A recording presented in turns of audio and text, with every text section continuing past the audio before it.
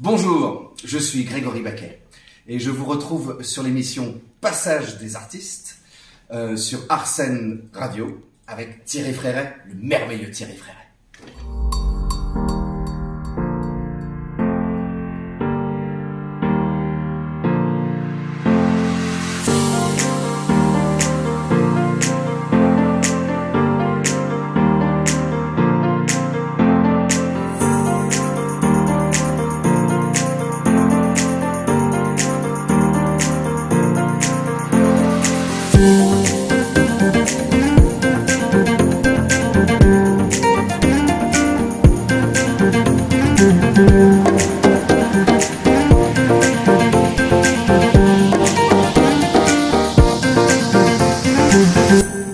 Bienvenue au Passage des artistes sur Arsène Radio.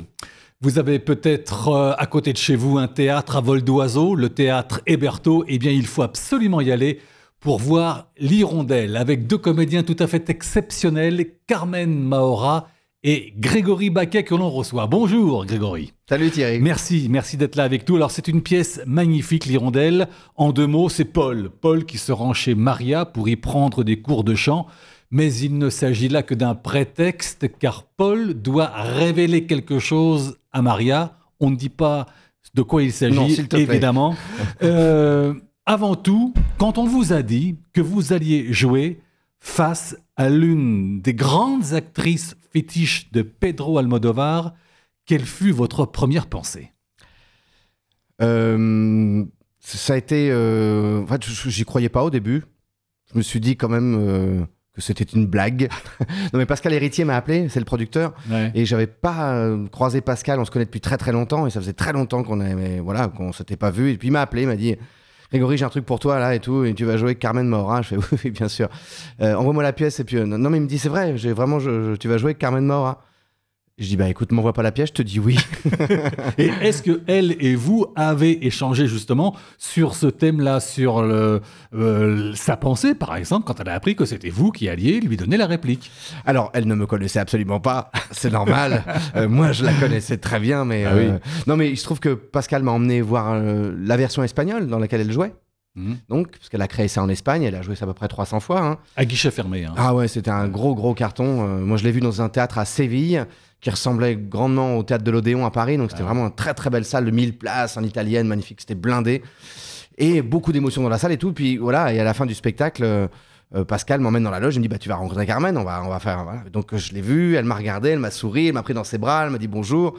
Elle parle français, très bien, et elle m'a dit, bon, on va boire un coup et tout. Puis en fait... au bout de 10 minutes, elle m'a dit, t'as pas une cigarette? J'ai une cigarette, on a fumé une cigarette, puis en plus on a bu un coup, puis deux, puis trois, et puis c'était fait. Ouais, et c'était parti. Et c'était parti. Alors, donc, sur la scène du théâtre Hébertot, Paul vient donc prendre des cours de chant chez Maria. Paul est debout, Maria est assise au piano, et Paul chante mal, très mal. Est-ce qu'il fait exprès de mal chanter, d'ailleurs? Ah ben... Il chante faux. Alors bon, il se trouve que moi, je fais exprès de mal chanter. D'ailleurs, c'est peut-être une des choses qui est un peu plus compliquée pour moi. Ouais. Mais Paul, en fait, c'est pas le but. On ne sait pas s'il chante vraiment bien ou pas. On s'en fiche un peu, en fait. Ouais, il peut très bien ne pas être un très bon chanteur. De toute façon, il vient prendre un cours. Ouais. Donc, mais c'est vrai qu'au début, ça grince un peu, ça fait un peu grincer les oreilles. Ouais. Mais oui, comme c'est un prétexte, on peut imaginer qu'il fait semblant de mal chanter. On peut imaginer qu'il chante bien, oui, peut-être. Oui, parce qu'on sent qu'il a quelque chose chez ce garçon, hein. Bah, voilà, ça va être compliqué, mon cher Thierry, de tourner autour du pot, parce que c'est vrai que... Voilà, exactement. C'est vrai qu'il vaut mieux pas trop en dévoiler. Exactement. Mais quelque chose relie cette dame et ce garçon. Oui. On peut le dire, parce que ça a déjà été un peu dévoilé, mais c'est le fils de cette Maria, qui est donc professeur de chant. Son fils, qui est donc décédé. Et en fait, relie, voilà, c'est Paul que j'interprète, vient parce que c'est un ami, ils ont été à l'école ensemble, il vient prendre un cours de chant avec elle pour relier les deux, pour essayer de créer le lien entre Paul lui-même, son pote d'enfance et de lycée qui était le fils, donc Danny, le fils de Maria, et Maria. Voilà, il essaye de venir pour parler de tout ça. Mais ça ne se passe pas tout à fait comme prévu. Eh bien, c'est exactement ça, je voulais en venir là. C'est assez vite tendu entre les deux personnages, entre Maria et Paul, on sent que ça va être très difficile. Hein. Ben oui, parce que chacun... Elle ne veut pas de vous, tout simplement. De toute façon, au départ, je suis tellement un piètre chanteur que de toute façon, elle veut même pas entendre parler de moi. Elle veut m'envoyer chez quelqu'un d'autre. Et j'insiste. Et je lui parle d'une chanson, en fait, que je dois interpréter pour un événement un peu particulier. Et j'ai besoin de la travailler. Et j'ai choisi cette prof de chant pour ça. Et c'est une chanson qui s'appelle L'Hirondelle. Ouais. Voilà. Et une chanson qu'elle connaît très bien. Et c'est en fait comme ça que je la faire. C'est-à-dire qu'elle se dit, ah tiens, ce jeune homme connaît cette chanson. Donc petit à petit, elle se laisse faire. Et elle accepte finalement de me donner des cours. Et là, donc voilà, donc elle a entrouvert la porte et moi je mets le pied dans la porte et je ne ressors plus de chez elle. Oui, c'est ce qui commence à vous lier, hein, cette chanson que vous connaissez tous les deux. Oui. Hein, oui. D'ailleurs, elle est très surprise parce que c'est une chanson qu'elle chantait à son fils quand il était petit. Exactement. Donc elle se dit, tiens, il connaît aussi cette chanson, c'est marrant. Donc oui, ça la touche. Je pense que c'est ça qui fait que voilà, beaucoup, elle accepte de me garder. C'est que cette chanson, tout d'un coup, la touche en plein cœur. C'est très difficile, là, ce qu'on fait tous les deux, de ne pas aller au-delà de l'histoire, parce que sinon... En fait, ça fait partie des histoires où il ne faut pas trop en savoir, parce que exactement. C'est intéressant de se laisser surprendre. Oui, puis on est porté de plus en plus par votre jeu, par l'émotion, parce qu'il y a des moments de très grande émotion dans la pièce. Hein. Eh bien, si vous le dites, je vous le dis. Mais on le sent dans la salle, hein. Vous savez que ça passe, hein. Tant mieux, c'est le but de notre travail. Mais et d'ailleurs, je vais citer un metteur en scène avec qui j'ai pas mal travaillé, qui s'appelle Alain Sachs. Bon, c'est pas lui qui nous a mis en scène dans ce spectacle, mais il y a quelques années, j'ai travaillé avec lui et il m'avait donné cette vérité théâtrale. Il m'avait dit, tu sais, Grégory, l'émotion doit être dans le public. Pas sur scène. Donc c'est vrai que beaucoup de gens me demandent souvent à la fin de ce spectacle, ou d'autres d'ailleurs que j'ai pu jouer, que ce soit Hoffmann ou Les Cavaliers ou tout un tas de spectacles, on me dit mais ça doit être dur d'être sur scène, les émotions, tout ça. Je dis mais tu sais, nous on joue en fait, on joue la comédie. Donc on fait semblant du mieux possible, donc ça donne l'impression qu'on est vrai, bien évidemment, mais nous on n'est pas obligé de pleurer. Par contre, on fait pleurer les autres. Bien sûr. Vous savez que c'est ce que disait Michel Bouquet, qui a été le maître d'un grand nombre de comédiens, et notamment le maître de Nicolas Briançon, qui lui disait « Mais les spectateurs, ils viennent jouer également. » Eh oui, bien sûr. Et en fait, bien sûr, ils participent à ce jeu collectif et c'est quand même très bizarre. Ça, je vais citer un autre gars qui s'appelle Alexandre Astier. Il parle souvent de ça, lui. Il dit souvent, imaginez une peuplade extraterrestre qui nous verrait, nous asseoir dans une salle pour regarder devant eux des gens qui font semblant de faire des choses, et ceux qui viennent dans la salle, ils payent, ils savent que ces gens font semblant de faire quelque chose, et ils y croient. C'est vrai que c'est quand même étonnant, on se dit quand même, c'est un truc très humain ça. Bien sûr. Et c'est assez génial, c'est quand même ce qui nous différencie beaucoup des bêtes. Alors on voit donc ces deux personnages qui vont tenter de s'apprivoiser tout au long de l'histoire. Il est surtout question de, finalement, et c'est vraisemblablement là le thème central de l'histoire de la pièce, profiter de la vie au maximum tant que nous le pouvons. Hein. Ben oui, profiter des gens tant qu'ils sont là. Profiter des gens. Profiter des instants, vivre dans le moment présent. Et on s'en rend bien compte, en plus, c'est depuis quand même 1 ou 2 ans que nous vivons cette période de pandémie quand même très compliquée. C'est de se rendre compte que d'abord on peut perdre des gens, parce qu'il y a quand même des gens qui sont décédés de cette maladie. Et puis on peut ne plus les voir, on peut être séparés, on peut être... Et voilà, et ça nous a beaucoup ramené à des choses primordiales, voilà, le moment présent. Quand on est là avec quelqu'un, il faut en profiter au maximum. Exactement. Et c'est vrai que la pièce parle de ça. Alors, Carmen Maura disait qu'effectivement, ce que vous disiez tout à l'heure, à savoir que cette pièce a connu un véritable succès, ce fut un triomphe en Espagne, de Madrid à Séville. Comment se sont déroulées les répétitions entre vous? Est-ce que c'était tendu puisque vous ne vous connaissiez pas? Et puis il y avait, même si elle parle parfaitement le français, il y avait quand même le barrage de la langue. Ça, c'est sûr. Surtout pour elle. Non mais oui, la pauvre. Moi, je suis totalement admiratif de cette femme. Je ne dévoile rien en disant qu'elle a 76 ans, que c'est quand même, voilà, c'est quand même quelqu'un qui a déjà du bagage. Il se trouve qu'elle venait de finir un tournage en Espagne de 3 mois. De nuit, avec un réalisateur absolument fou furieux qui est génial, qui s'appelle Paco León, et elle tourne, ça va bientôt sortir d'ailleurs, une revisitation du Magicien d'Oz en comédie musicale par cet Espagnol totalement barré, et elle fait la sorcière. Donc elle a passé 3 mois de tournage, toutes les nuits, grimée et tout ça. Le tournage s'est arrêté le 30 septembre, et le 1er octobre, elle était à Paris pour répéter avec moi. Et le 20 octobre, c'était notre première. Donc on n'a pas chômé. C'est-à-dire qu'en 20 jours, on a dû tout faire. Donc il n'y avait pas de tension. Carmen, par moment, était paniquée. Elle nous disait, mais je vais pas y arriver. D'ailleurs, elle nous disait, pourquoi j'ai accepté, pourquoi j'ai proposé même de faire ça. Elle se rendait compte du boulot, mais en fait, passé les 4-5 premiers jours où ça a été on a un peu pataugé, forcément, elle débarquait. Et puis petit à petit, on s'est détendu. Et puis petit à petit, Anne Bouvier, qui est une metteur en scène absolument incroyable, nous a embarqués, nous a rassurés. Et puis moi, je m'étais dit de toute façon dès le début, je suis au service de cette grande dame. C'est-à-dire moi, j'ai plus l'habitude de jouer au théâtre qu'elle, qui a plus l'habitude de faire du cinéma. Elle n'avait pas joué au théâtre depuis presque 28 ans. 28 ans sans les planches, comme on dit. Et alors bon, elle venait de le faire en Espagne, mais il a fallu qu'elle réapprenne, qu'elle désapprenne, Et puis finalement, comme Anne Bouvier nous a emmenés dans une autre direction que ce qu'elle faisait, elle, en Espagne, finalement, ça a été, au bout d'un moment, assez simple pour Carmen de trouver son propre personnage, qui est différent d'ailleurs de ce qu'elle faisait en Espagne. Ah, très bien. D'ailleurs, elle est beaucoup plus pétillante et pétulante ici, je trouve. Même elle se plaît à dire de temps en temps qu'elle est plus espagnole en France qu'en Espagne. Ah, c'est marrant. Le texte est exactement le même ? Oui, on a un petit peu coupé. On a raccourci légèrement 2-3 petites choses, parce que dans la langue espagnole, il y a vraiment des moments où on a besoin de s'apesantir. D'ailleurs, c'est une magnifique langue. Nous, il y a des choses dont on n'a pas besoin.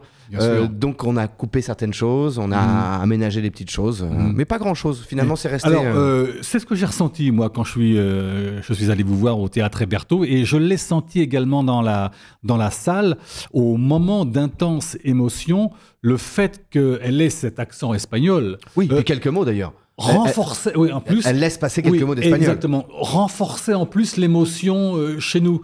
Ça veut dire que si ça avait été joué par une comédienne française, peut-être que l'émotion ne nous aurait pas autant atteint. Alors, elle vous aurait pas atteint de la même manière, mais je pense qu'elle serait venue d'une manière ou d'une autre. Oui, bien sûr. C'est vrai que le fait que Carmen ait cet accent, et puis qu'elle laisse échapper quelques jurons, d'ailleurs en espagnol de temps en temps. Bien sûr, oui. Parce que c'est ce qu'on lui a dit, c'est ce que Anne Bouvier aussi n'a pas arrêté de le dire, mais... Voilà, Carmen, elle ne joue pas une française, elle joue une prof de piano et de chant étrangère, espagnole. Donc elle peut laisser passer des choses. Et d'ailleurs, depuis qu'on lui a permis de faire ça, elle se détend et du coup, on s'amuse beaucoup sur scène. Mais c'est vrai que ça rajoute quelque un truc de très profond et de très fort. Tous les comédiens me disent depuis des années qu'on a beau jouer un spectacle, une pièce en troupe, ou en groupe, ou même à 2 ou à 3, ce n'est jamais la même chose chaque soir. Bah non. Alors, c'est beaucoup plus flagrant dans la pièce que je joue là avec Carmen, puisque nous sommes 2 comédiens. C'est vrai que quand je jouais des spectacles beaucoup plus lourds, avec beaucoup plus de monde sur scène, c'est plus compliqué. On est obligé de rentrer dans une mécanique pour tous se retrouver forcément au même endroit, Quand on est 2 là, et en plus on a la chance de jouer une pièce, l'Hirondelle, qui est pour moi un cadeau, parce que ça faisait longtemps que je n'avais pas vu une pièce où on rentre sur scène et on ne sort pas de scène pendant 1h30. Il n'y a pas de noir, il n'y a pas de changement de costume, ni de changement de décor, ni de changement de scène. Ce n'est qu'une conversation d'1h25. Exactement. Et là, pour le coup, c'est beaucoup plus facile de laisser place à une improvisation, parce que c'est ce qui nous arrive certains soirs. On improvise.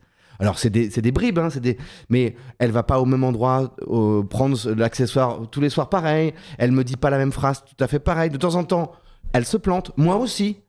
Et c'est pas grave, parce qu'en fait, on est tellement empreint de cette situation, on connaît tellement bien ce qu'on a à jouer, que finalement, les gens ne s'en aperçoivent même pas. Et comme c'est une conversation, donc ça laisse place à beaucoup de choses inventées sur le moment. Alors, il y a toujours un cadre bien défini, évidemment. Il n'est pas question de rajouter ou d'enlever des phrases. On a un texte, on s'y tient. Bien sûr, voilà, oui, mais par moment... Les regards sont les mêmes. Alors, pas tout le temps, justement. C'est que de temps en temps, il peut se passer des choses où elle fait tomber quelque chose parce qu'elle a décidé de prendre un accessoire qui lui échappe des mains. Donc forcément, elle continue de me parler, mais elle est de dos en train de ramasser son... Voilà. Et du coup, ça me met dans une position. Et du coup, je ne joue pas tout à fait pareil. Et donc, pour le coup, ce n'est vraiment pas pareil chaque soir. Est-ce que parfois, il y en a un qui aide l'autre ? Parce qu'il est... Souvent. Ça peut arriver en méforme ou un léger trou de mémoire... Nous-mêmes, on s'en aperçoit pas. Ça arrive, ça. Ah, bien sûr. Mais c'est ça qui est génial. Moi, j'adore ces moments-là. Je vais paraître un peu vicieux là-dessus, mais presque j'ai envie de les provoquer, ces moments-là. Parce que je trouve que c'est pour ça que c'est intéressant, le théâtre. C'est en live, on est vivant sur le plateau, et les accidents, c'est ça qui est beau. Quand on va voir un spectacle où c'est huilé, orchestré, tous les soirs pareil, bon, on voit un truc tout à fait plaisant et génial, mais ça manque du côté, ce qu'on trouve au cirque. Oui, bien sûr. Où tout d'un coup, on se dit, est-ce qu'il va y arriver? Et ben, le théâtre, c'est pareil. C'est-à-dire qu'on peut se dire le soir, de temps en temps, est-ce qu'ils vont y arriver? Est-ce que ça va bien se passer? Sauf que là, dans l'Hirondelle, quand même, on s'aperçoit que ça va être de plus en plus grave, de plus en plus triste. Voilà, c'est tout ce qu'on dit. Alors, c'est pas vraiment triste, c'est juste émouvant. C'est émouvant. Mais c'est grave aussi. Oui. Et ça résonne. Mais ça finit bien. Ça finit bien. Ça finit très très bien. Et ça résonne dans nos esprits. Bah oui. C'est une pièce parce pour le moins contemporaine, si j'ose dire. Il y a plein de sujets. Et c'est vrai que l'un des sujets, c'est aussi comment est-ce que les parents parlent à leurs enfants ou ne parlent pas à leurs enfants. Bien sûr. Ou écoutent leurs enfants et entendent, bien sûr. C'est un des aspects de la pièce qui est très très fort. Il y a plein d'angles, effectivement, plein d'aspects. Bien sûr. Il y a la tolérance, le pardon, la résilience, l'écoute. L'amour aussi, et puis bon... Ah oui, il y a plein de choses. Il y a plein de choses qui font partie de nos vies. C'est pour ça que ça touche absolument tout le monde, ce spectacle. Et c'est pour ça que c'est compliqué de parler de tous les sujets de la pièce, parce que ça peut nous stigmatiser. Bien sûr. C'est dommage, parce qu'il y a des gens qui vont dire « Ah, mais j'ai pas envie de parler de ce sujet-là, je préfère... » Voilà. Et en fait, je préfère pas qu'on en parle, parce que du coup, les gens viennent et de toute façon sont conquis. Pour l'instant, 100% des gens qui sont venus nous voir... Bon, peut-être par moments, ils sont un peu bousculés, ils sont un peu. Voilà. Mais ils sont tous bouleversés. Ça fait plus de 35 ans que vous êtes sur les scènes. Le temps passe. Vous avez été nommé plusieurs fois au Molière, notamment en 2018. Parce que vous faisiez partie de cette remarquable équipe de Adieu, Monsieur Hoffmann. C'est là qu'on avait fait connaissance au petit Montparnasse à Paris. Est-ce que l'Hirondelle restera comme l'un de vos plus belles aventures théâtrales? Oui, sans aucun doute. Sans aucun doute. D'abord parce que j'ai toujours voulu que les spectacles que j'interprète, les textes que je décide de jouer, aient un sens. Vraiment, ça fait un moment aussi. C'est pour ça que je fais beaucoup moins de télévision, beaucoup moins de choses comme ça, parce que j'y trouve plus mon compte, en fait. J'aime qu'on porte un message, j'aime que les gens ressortent changés. C'est vrai que le spectacle vivant, c'est merveilleux pour ça. Et là, pour le coup, l'Hirondelle, on voit tellement de beaux signes. Et puis voilà, l'actrice avec qui j'ai la chance de jouer, c'est une rencontre extraordinaire. On se marre. C'est quelqu'un qui m'apprend, comme pouvait le faire mon papa à l'époque, mon papa Maurice Baquet, donc, de rester un enfant le plus possible. Vous me filez un coup de vieux. Hein. Vous savez que Maurice Baquet, quand j'étais môme et ado, je me souviens très bien de Maurice Baquet. Donc, moi aussi, je me souviens quand j'étais môme de Maurice Baquet. Non, mais oui, c'est vrai, voilà. Et papa, il voulait absolument rester un enfant le plus possible. Et il m'a appris ça. Et Carmen est comme ça. Donc, voilà. C'est vrai qu'il y avait une part d'un enfant. Maintenant que vous m'en parlez de votre père, c'est vrai. Il y avait ça. Mais dans le jeu. Bien sûr, toujours. On s'amuse. Oui, qui s'amusait, exactement. Et Carmen, elle me dit ça pareil. C'est pour ça qu'elle m'aime bien, Carmen. C'est qu'elle a vu en moi quelqu'un qui se prend pas la tête. Elle me dit, les comédiens, de temps en temps, ils sont là et ils se prennent la tête sur leur texte, vous savez que sur la composition. Vous, elle dit que vous êtes un partenaire dévoué. Oh, mais c'est un amour. L'Hirondelle, alors c'est la chanson que vous évoquez dans le spectacle, mais l'Hirondelle, c'est aussi le symbole de la paix et de la liberté. Voilà pourquoi ça résonne de plus en plus dans nos esprits. Ben oui, bien sûr. On a besoin de liberté en ce moment. On a l'impression qu'on nous les enlève un petit peu. Ça veut dire que c'est une pièce universelle. Elle peut être jouée dans le monde entier. Elle l'est. Très bien. Elle l'est déjà. Surtout déjà dans tous les pays hispaniques et hispanophones. C'est-à-dire que Amérique du Sud, donc Argentine, Colombie, Pérou, Chili, ça s'est déjà joué là-bas. D'ailleurs, on a eu, il n'y a pas longtemps, quelqu'un qui est venu me voir là, et qui m'a dit qu'il avait vu la version péruvienne de la pièce. Donc c'est étonnant. Je ne pense pas que ça soit joué encore. Ah si, en Angleterre aussi, à Londres. À Londres aussi, ça s'est joué, je crois. Oui, donc ça va être un gros carton. C'est super. Il est peut-être un petit peu plus facile quand, au sortir de la scène, on s'explique quand on est deux sur scène plutôt que tout en troupe ou en groupe. Est-ce que vous débriefez à chaque sortie de scène? Vous dites, tiens, on était bon, pas bon, et toi, ça va, et le public et la salle. Vous faites un bilan, si j'ose dire. Oui. Alors non seulement on le fait, je vais vous dévoiler des petits trucs du métier là. Mais, tant mieux. En fait, on n'attend même pas de sortir de scène. On est tellement enthousiaste de faire ce spectacle que généralement, dès que la pièce se termine, on finit par une chanson. On se tient la main, le rideau. C'est sublime. Le rideau tombe. Dès que le rideau est tombé, elle se lève. Et le temps qu'on aille se mettre derrière le rideau, elle me dit, alors qu'est-ce que t'as trouvé? Et on se met à parler tout de suite. C'est génial. Elle me dit, moi j'ai pas fait ça. Mais puis là, le rideau se lève, donc on s'arrête de parler et on salue. Et vous saluez. Et le rideau se rebaisse, ça fait, mais si, mais j'en ai. Et on parle tout de suite maintenant. On n'a pas cité l'auteur, il s'appelle Guillaume Clua. C'est très très bien écrit. Hein. Merveilleux. J'allais dire, c'est abordable, c'est pour toute génération, hein. Il faut bien le préciser. Ah oui, bien sûr, bien sûr. Et puis ça va provoquer les conversations au sein des familles, c'est ça qui est beau. Oui, c'est fait pour. Mais oui. Il y a très belle réplique, tenez, l'une des plus belles répliques, c'est Carmen Maura qui la prononce. On est un être humain quand on sent en soi la douleur de l'autre. Ah oui. C'est ça. Ah oui, c'est magnifique. C'est marrant que vous ayez retenu ça, parce que finalement, je la retiens aussi, celle-là. Ah bah je travaille quand je vais au théâtre, je prends des notes. C'est vrai que celle-là, elle est très forte. Ouais. Alors c'est pas tout à fait ça le texte, mais c'est pas loin.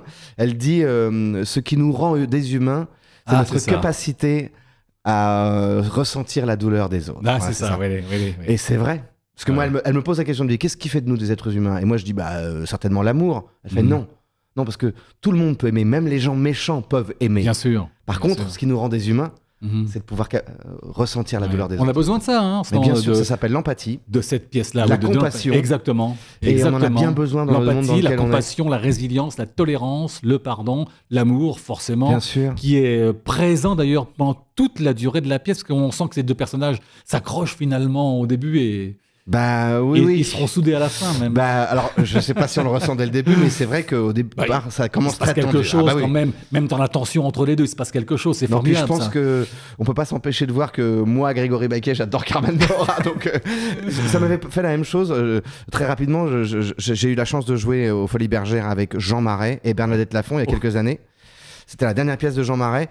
Et là, ça me fait pareil avec Carmen, c'est-à-dire que c'est des gens qui, tout d'un coup, quand je suis sur scène avec eux, tout d'un coup, il peut m'arriver certains soirs de débrancher et de me dire mais c'est dingue, je suis avec Carmen Maura sur scène, quoi. Ça, comme je disais, je suis avec Jean Marais ou Annie Dupéret aussi. J'ai eu la chance de jouer avec Annie, c'était merveilleux. Colombe, mais je l'avais vu, bien sûr, avec Sarah Giraudot même, qui était sur scène, si j'avais moi, c'était au Théâtre des Champs-Élysées. La Comédie des Champs-Élysées, exactement. Et là, pareil, il y avait des soirs, je me disais, mais c'est dingue, je suis avec Annie Dupéret, je suis avec Rufus. Rufus, bien sûr. Jean-Paul Borde, des comédiens qui, moi, je les ai adorés, les voir sur scène, du coup, je me retrouve avec eux sur scène. Forcément, je me souviens très bien de ce spectacle. Grégory Baquet, Carmen Maura dans l'Hirondelle de Guillaume Clua, c'est ça? C'est ça, bravo. La mise en scène, Anne Bouvier. C'est au Théâtre Hébertot, c'est du mardi au samedi à 21h et le dimanche à 15h. Exactement. Formidable spectacle. Grégory Baquet, merci infiniment. Merci beaucoup Thierry. Merci. À bientôt.